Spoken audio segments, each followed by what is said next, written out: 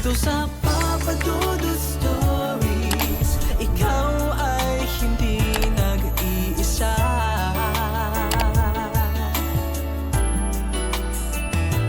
Dito sa Papa Dudut Stories, may nagmamahal sa'yo. Papa Dudut Stories, Papa Dudut Stories. Dear Papa Dudut, sa lahat po ng mga nakatutok ngayon, huwag pong kalimutan mag-like, mag-share at mag-subscribe. Maraming salamat po sa inyong lahat.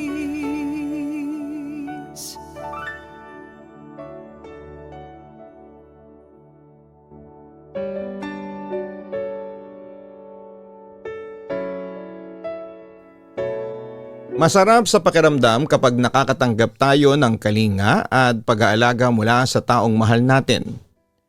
Minsan nga lang ay nalilito tayo kung anong klase ng pagmamahal ang dapat nating isukli sa kanila.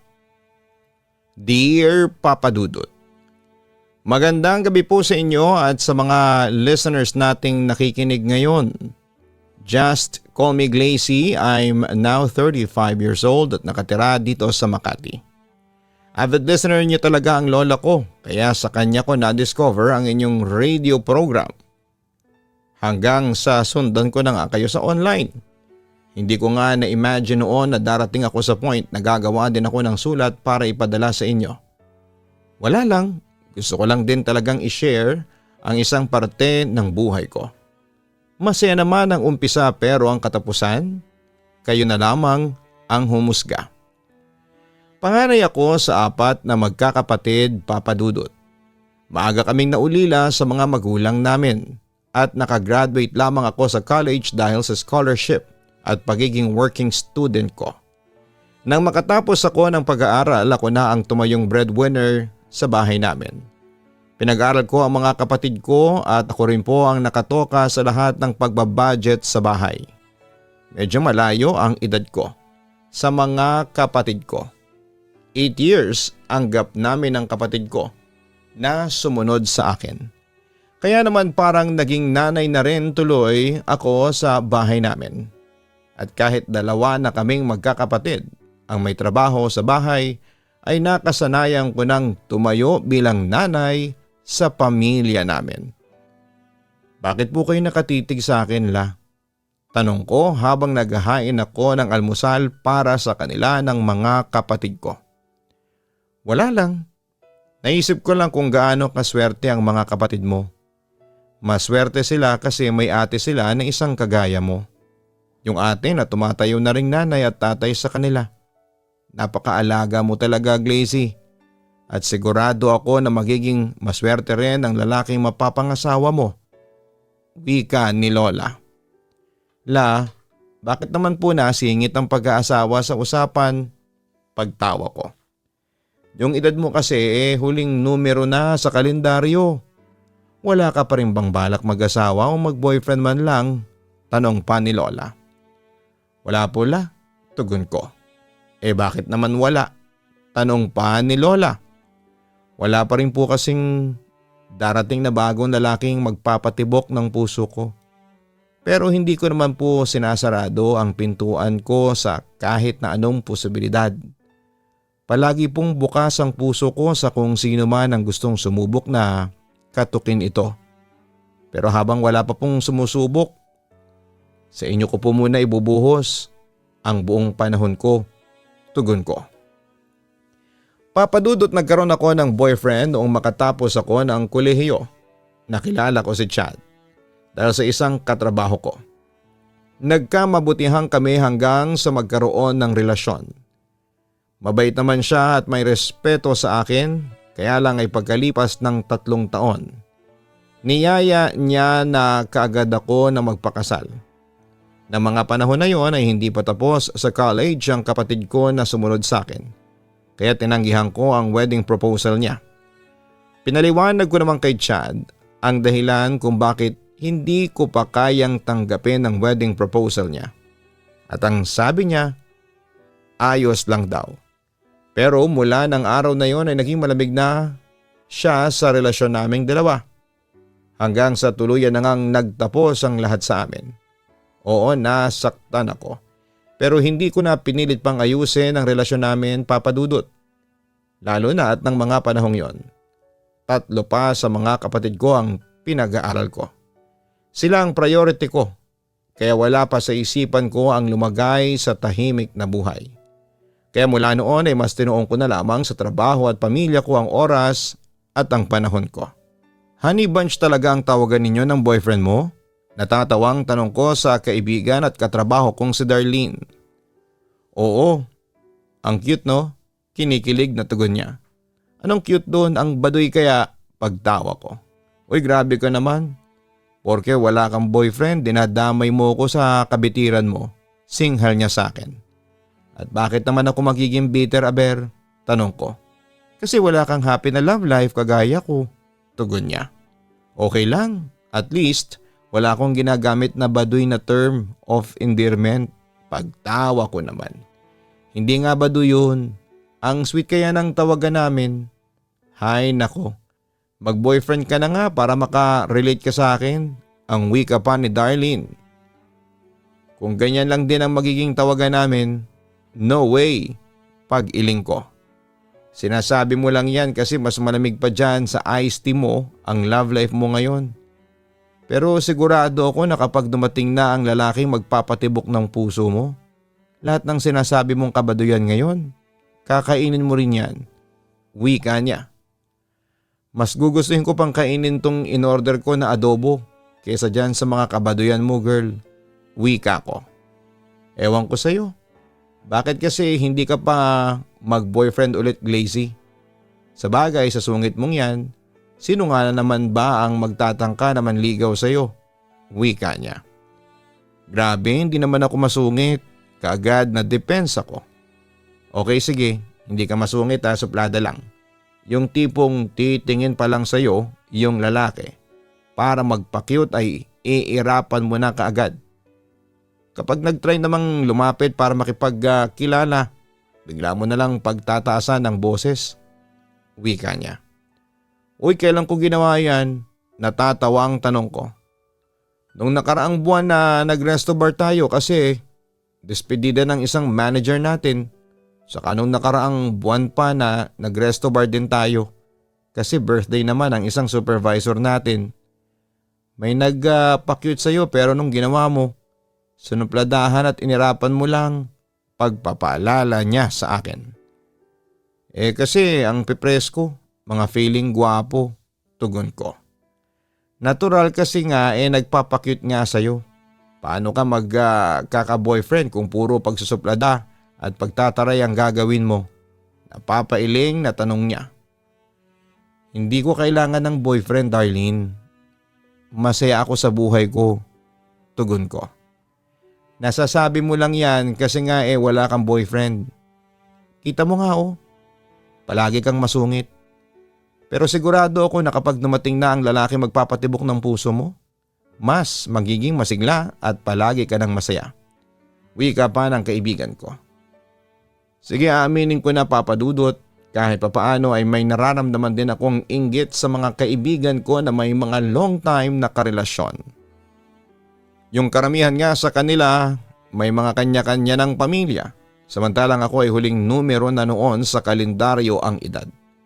Wala pa rin ni boyfriend na pwede kong pagbuhusan ng oras at ng panahon.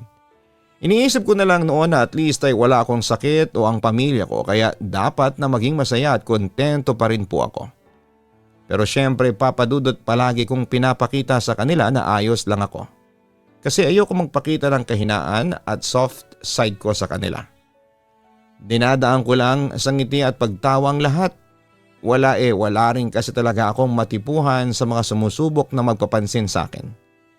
Hindi naman ako choosy, pero I believe na hindi ko naman kailangang ibaba ang standard ko para lamang magka-love life.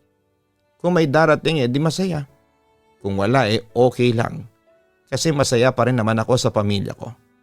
Masaya ako na inaalagaan at ibinibigay ang mga pangangailangan nila, Papa Dudut. Papadudot, marami rin talaga akong kaibigan at madalas akong naiimbitahan sa kasal o kaya ay binyag ng anak nila. Hindi ko na nga matandaan kung ilan ang inaanak ko. Kasi kapag may kumukuha sa akin ng ninang sa binyag, kaagad akong pumapayag. Sabi kasi nila, masama daw ang tumanggi sa ganong imbitasyon, hindi ba? Isa pa ay mahilig din kasi talaga ako sa mga bata. Noong kami pa ni Chad, kasama sa plano namin ang magkaroon ng maraming anak.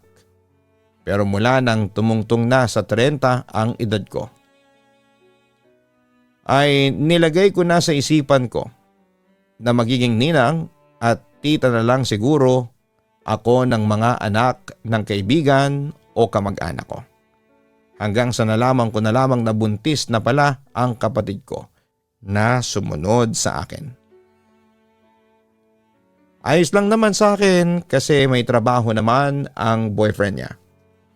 Pero sa paglipas ng mga buwan, hanggang sa makapanganak na siya ay hindi ko maiwasan na mainggit kasi nauna pa siyang magkaroon ng masayang pamilya. Hanggang sa isang araw nang maisipan kong magyosi sa may rooftop ng building kung saan ako nagtatrabaho. Nakilala ko si Alfie. Doon din siya sa building na yon nagtatrabaho. At nakita ko siya na tahimik na umiiyak. Inalok ko siya ng sigarilyo nang lumapit ako sa kanya at nagpasalamat naman siyang kinuha yon. Pagkatapos niyang magpunas ng luha ay nalaman ko noon na kamamatay lang pala ng mami niya 10 buwan na ang nakakaraan. At dahil wala na rin akong mga magulang ay binigyan ko siya ng payo na alam kong makakatulong para gumaan ang pakiramdam niya. Alam mo, sa totoo lang, mula nang mawala si mami, ngayon lang ulit gumaan ang ganito ang pakiramdam ko. May bigat pa rin. Oo, pero hindi na kasing bigat nung kanina bago kita nakausap, ang wika pa ni Alfie. Lahat naman kasi mahirap talaga sa umpisa.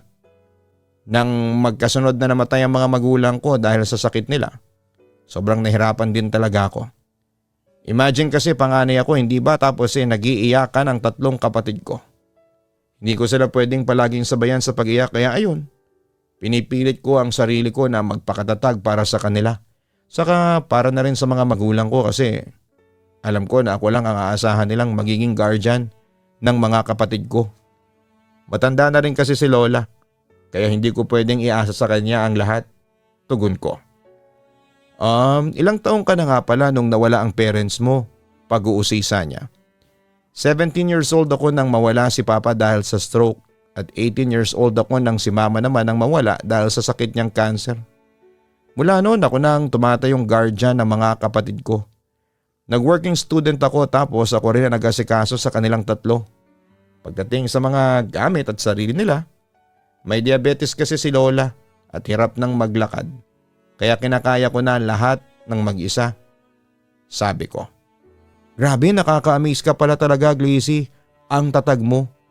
Kinaya mo lahat kahit na parang sobrang hirap na. Hindi ka bumitaw kahit na alam ko na sobrang nahirapan ka nun. At nagpakatatag ka. Hanggang ngayon nagpapakatatag ka pa rin. Sabi pa niya. Kasi yun ang kailangan kong gawin. Wala naman akong choice eh.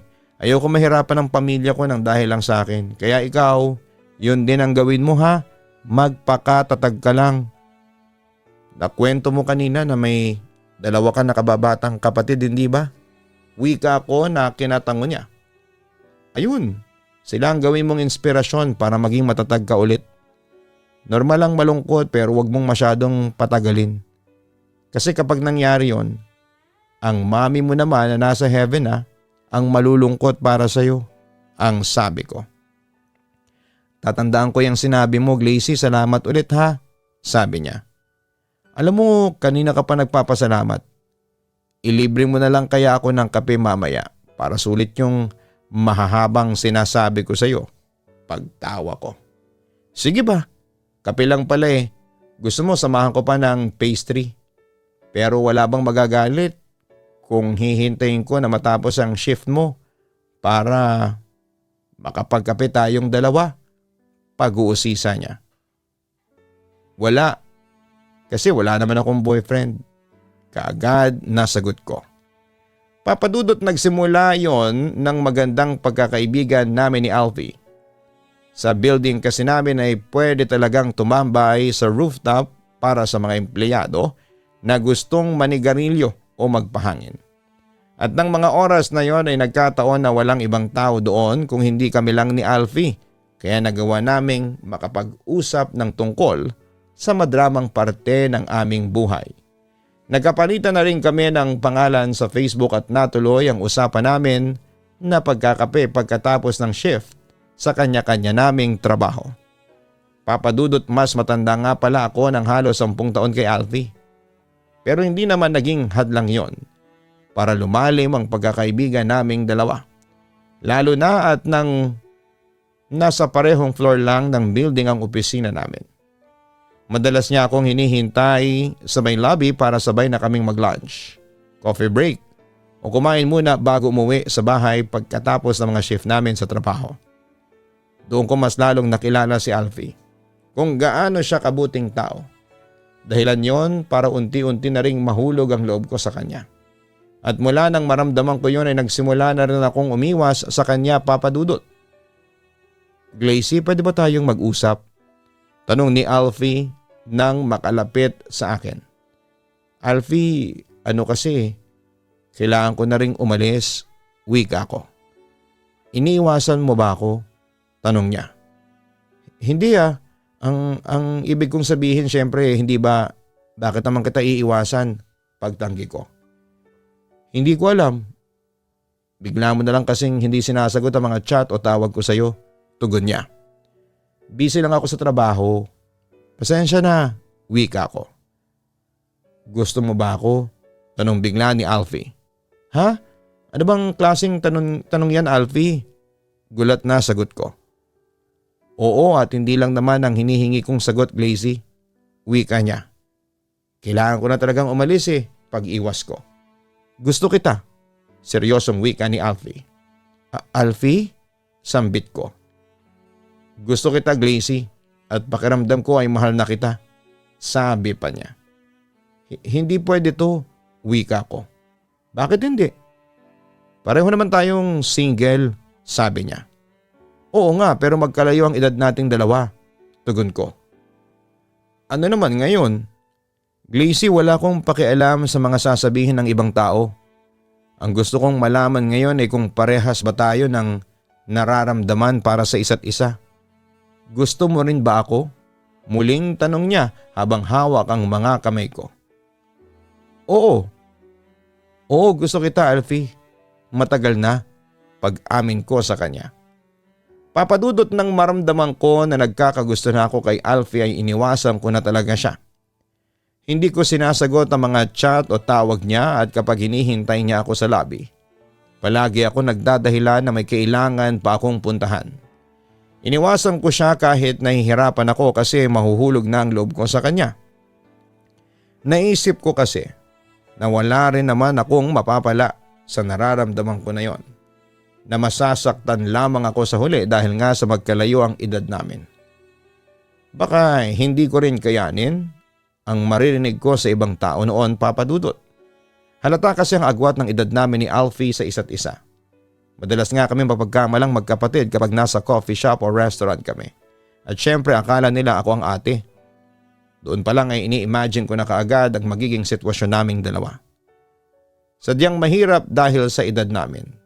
Kaya sa umpisa pa lang ay sinukuan at binitawan ko na ang kung anumang espesyal na nararamdaman ko para kay Alfie noon, Papadudot. Papadudot, naramdaman din naman kaagad ni Alfie ang pag-iwas na ginagawa ko noon sa kanya. Nung una kasi madalas na talaga kaming mag-chat o usap sa video call. Ina-update ko siya sa mga ginagawa ko at ganon din naman siya sa akin. Hindi natatapos ang isang araw noon nang hindi kami nagkikita, nagkakausap o kahit nagkaka-text man lang. Pero nang maramdaman kong lumalim na ang espesyal na pagtingin ko para sa kanya, gumawa na ako ng paraan para maputol kaagad yon. Nahirapan din ako noon, Papa Dudut, kasi halos isang buwan na kaming madalas na nagkakausap at nagkakasama ni Alfie, tapos ay bigla ko na lamang siyang iiwasan. Kumbaga'y nasanay na ako na palagi siyang kasama sa bawat araw ko at nararamdaman ko na unti-unti ko na siyang minamahal. Desidido akong putulin na yun noon. Kaya nga sa agwat ng edad naming dalawa, ayaw ko nang pag-usapan kami ng mga tao sa paligid namin. Ayaw ko ng issue pagdating sa relasyon at edad. Pero mas desidido si Alfie na ipakita sa akin na totoo ang nararamdaman niya. Pagkatapos ng araw na nagkaaminan kami na gusto namin ang isa't isa, niligawan niya ako at hindi nagtagal ay nagkaroon kami ng relasyon, Papa Dudut. Yung totoo, Glacy, ano talagang role mo sa buhay ni Alfie? Tanong ni Darlene. Wala lang, curious lang ako. Kaya natanong ko. Curious naman saan? Pagtataka ko. Curious kung bakit ganun mo nalang alagaan yung boyfriend mo. Alam mo kasi, Glacy, huwag mo masyadong i-baby ang si Alfie, ha. Oo, mas bata yan sa'yo, pero huwag mo masyadong sanayin na palagi nakaasa sa'yo. Payo ng kaibigan ko. Ano namang masama sa ginagawa ko? Tanong ko.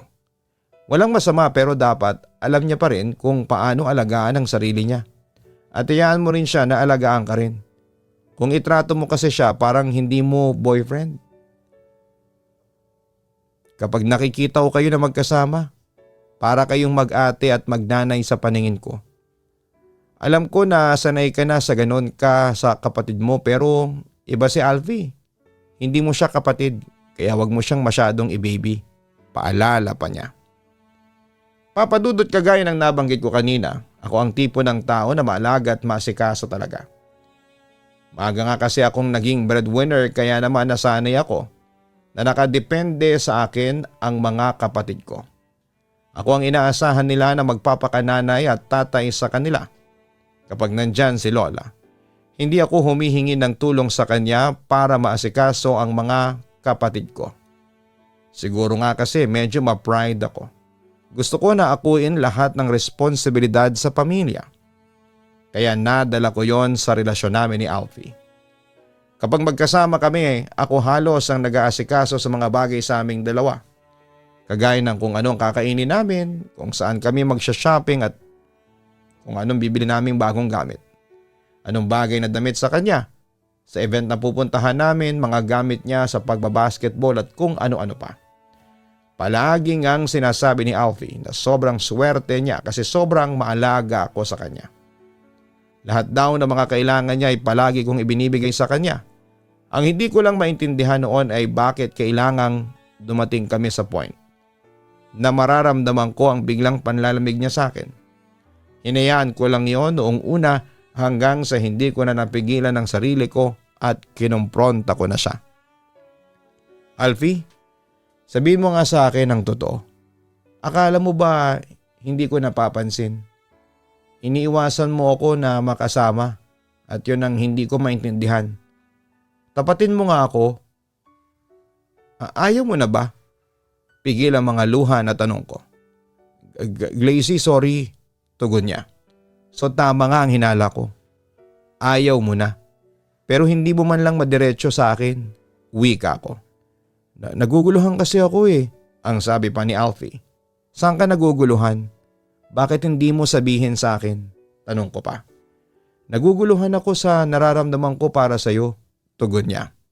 Mahal mo ba ako? Tanong ko. Oo. Pero hindi kagaya ng pagmamahal mo para sa akin. Tugon niya. Anong ibig mong sabihin? Tanong ko pa. Glacy, pakiramdam ko naghahanap lang ako ng kalinga ng isang nanay, kaya akala ko mahal kita. Sorry, pero na-realize ko kasi ngayon na yung pagmamahal na nararamdaman ko para sa'yo, kagaya lang ng pagmamahal na nararamdaman ko noon para kay Mommy. Minahal kita kasi pareho kayo ni Mommy. Yun lang at wala nang ibang dahilan pa. Sorry Glacy, sorry. Pigil na rin ang mga luha ng wika niya. Papa Dudut, hindi pa man kami magkarelasyon ni Alfie. Nakita niya ang pagiging maasikaso ko, lalo na maging close kaming dalawa. May mga oras kasi na nagluluto ako ng ibabaon ko para sa lunch, tapos ay dinadagdagan ko na yon para sa aming dalawa ni Alfie. Nung maging madalas na ang pag-uusap namin, palagi ko siyang nire-remind na magpahinga sa tamang oras, uminom ng vitamins at mag-workout. Kapag kumakain kami sa labas, ako ang nakatoka na umorder ng mga pagkain para sa aming dalawa, tapos ay ako rin ang naglalagay ng kanin at ulam sa plato niya. Ganon kasi ako sa mga kapatid ko. Ganon ako mag-alaga at mag-asikaso. Kaya noong time na umiwas ako, nanibago talaga siya at hinahanap ang pag-aalaga ko. Akala ko papadudot yon ang naging dahilan para mahulog ang loob niya sa akin. At mahalin niya ako. Yun pala ay natuwa lamang siya dahil masyadong maasikaso at maalaga ako sa kanya.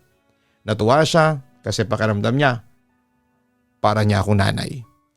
Yung espesyal na pagtingin at nararamdaman niya para sa akin. Kagaya lang pala ng nararamdaman niya para sa mami niyang pumanaw na. Ang kaibahan lang ay hindi ganon ka-espesyal at kalalim yung para sa akin. Nakita niya lang sa akin ang kalinga at pagmamahal na nawala mula sa pumanaw na mami niya at hanggang doon lang ako sa buhay niya. Hindi talaga naging madali sa akin ang lahat kasi mahal ko na talaga noon si Alfie. Ayaw ko sana siyang bitawan at gusto ko pa sanang subukan naming ayusin ang relasyon namin. Pero nang sabihin niya sa akin na sigurado na siyang hindi talaga kami pareho ng nararamdaman para sa isa't isa. Wala nang dahilan pa para ipilit ko pa ang sarili ko sa kanya. Alam ko na sa huli mas masasaktan lamang kami, lalo na ang sarili ko. Papadudot ng araw din na yon. Tuluyan nang natapos ang relasyon namin ni Alfie at humingi naman siya ng tawad sa akin at syempre hindi ko yon kaagad na ibigay sa kanya. Sa aming dalawa kasi pakiramdam ko ako yung mas dihado. Kasi ako yung mas nagbibigay ng pagmamahal pero ganun lang talaga siguro ang buhay. Parte ng pagmamahal ang masaktan. Ang mahalaga naman ngayon kahit na wala akong love life ay naranasan ko pa rin maging masaya kahit saglit lang sa relasyon namin ni Alfie. Salamat po pala kung sakali man na mapili po ninyo ang sulat kong ito. At dito ko na rin po ito tinatapos. Yours truly, Glazy. Kapag nagmahal tayo ay hindi maiiwasan na hindi yon masuklian ng tama. Magkakaiba kasi tayo ng pinanggalingan ng buhay. Kaya nga may mga oras na magkakaiba rin tayo ng paraan kung paano ibalik ang mga bagay na natanggap natin. Kagaya na nangyari sa ating kaistorya na si Glazy. Oo, minahal din siya ng naging karelasyon niyang si Alfie. Ayun nga lang hindi kapantay ng pagmamahal na ibinigay niya. Kagaya ng sinabi niya ay parte ng buhay natin. Ang makaramdam tayo ng sakit, ang mahalaga ay alam pa rin natin kung paano ang patuloy na maging matatag sa bawat hamon o problema na dumarating sa ating buhay.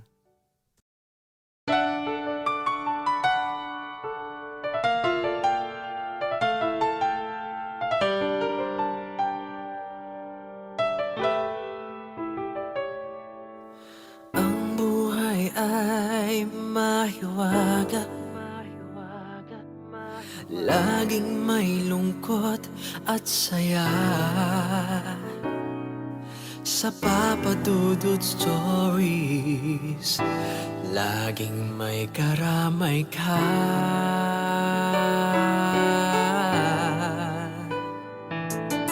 Mga problemang kay bigat,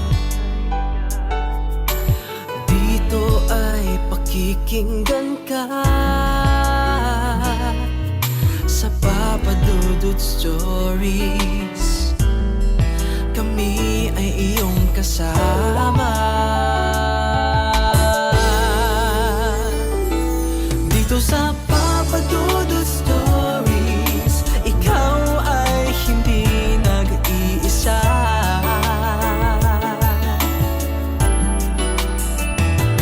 Dito sa Papa Dudut Stories, may nagmamahal sa'yo.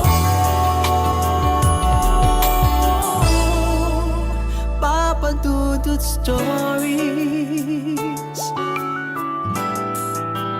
Papa Dudut Stories.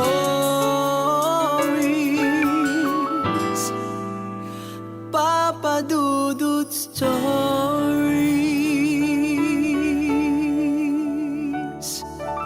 Matakot, kabahan sa mga kwentong nakakagimbal sa Kaistorya YouTube channel with daily post at 7 p.m.